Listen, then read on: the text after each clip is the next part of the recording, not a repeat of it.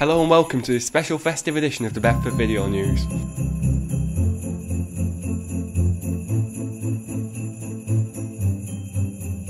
We take a look at Heroes Week and an amazing performance of terriers for students. Our primary profile explores at St Thomas's Primary School. We remember those who have fallen as part of our Remembrance Day tributes. We find out which students have been signed by professional football teams, and why Man United players are visiting Bedford. As part of Heroes Week, a group of young performers from Liverpool came into Bedford to highlight the dangers of youth gangs and drugs. So this goes back to last summer when I attended a conference that looked at some of the themes and problems that young people are experiencing today. We watched a fantastic performance called Terriers.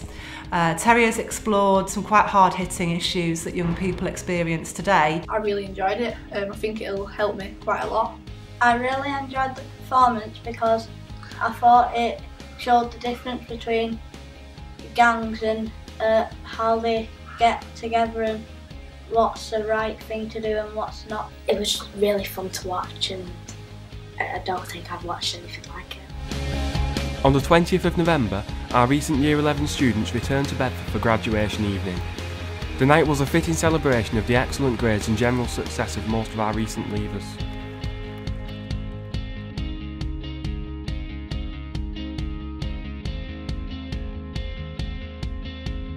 Last month, Jake, Nicole and Declan from the media team visited St Thomas's Primary School to find out what exciting things go on in the school day. They interviewed lots of students who are going to tell you a bit more about the school. I like this school because it's full of my favourite teachers, my friends, and it's full of my favourite subjects. This school is amazing because just everything's really cool. All the teachers really help all the children, and they help you to do the best that you can, but they also care for you and make sure that you are happy. On Remembrance Day, during a 2-minute silence, the school paid its respects to those who have fallen during the war. We got the opportunity to speak to John Medling, who has written a book about former Lee Grammar School students who died in the war. It's taken a long time because quite a number of the pupils were difficult to trace, very difficult to trace. But it was worth the persistence because I think we've ended up with a wonderful story of all the boys mentioned on the plaques.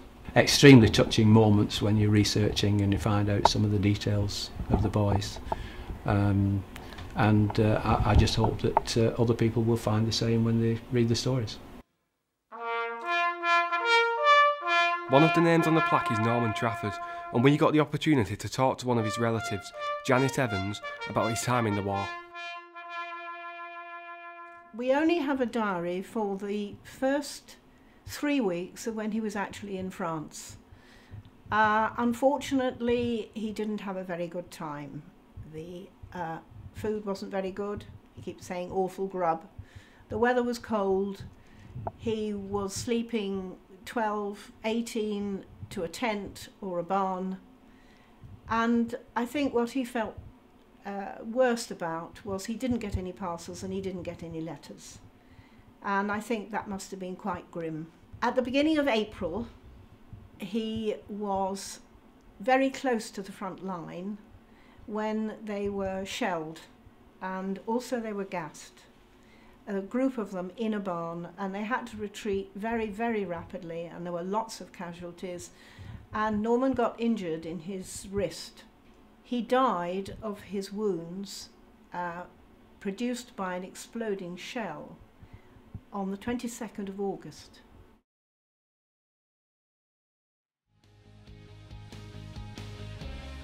Hi, I'm Alice and I play for Wigan Athletic. Hi, I'm Meg and I play for Liverpool. Hi, I'm Tony and I play for Manchester City. I went for trials at Liverpool when I was 10 years old, and then I got picked for Liverpool, and I've been there for 5 years now, and I've just gone for trials for England schools and I got in. In the future, I hope that I can do it professionally and it'll be my job. My position on the pitch is I can play either right mid or like just behind the striker, and What I love about football is like it's just fun to play, and it's like my hobby, and I've always played it since I've been a little girl. At Bedford High School I play for the girls, and we train every Friday and play matches every couple of weeks, and we always win the tournaments and like get gold medals. We do really well and normally win all the time.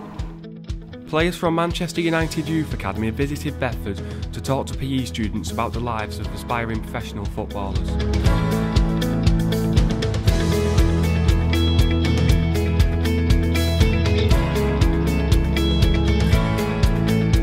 We've just come down to speak to a few of the pupils and I'll try and pass a bit of advice on to them and just give them an insight into how our days run playing football every day. I'm just speaking to students about what our life consists of, what we do on a regular basis, training-wise, matches-wise, and just the lifestyle of being a Man United player. It's the first school that I've been to, but I've done a few things for the club. I've been to, I've done a bit of Old Trafford for them. So this is the first time I've actually been into a school and spoke to pupils, but I've enjoyed it. I'd definitely do it again. To be honest, we've never done it before. This is our first time coming to a local school. We've done little things with the community, but never a school. So it's quite an experience for us to do it for our first time. Oh, it's a great opportunity for Bedford students and one that not every school can avail themselves of. It's quite special. It's the first time that the Manchester United under-21s have come to a school and done anything like this, so we're really privileged. The students here are really excited about the opportunity, as we are, and hopefully there'll be lots more opportunities of a similar nature in the future. Enrichment Day was on the 23rd of October, and Bedford students got the opportunity to take part in a range of activities. There were exciting science investigations, QR code iPad sessions, and even circus skills workshops.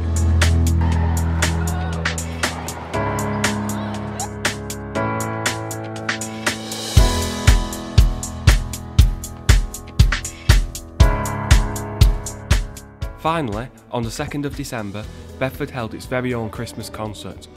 All singers who studied GCSE music and bands performed on the evening, including soul band and Bedford Voices.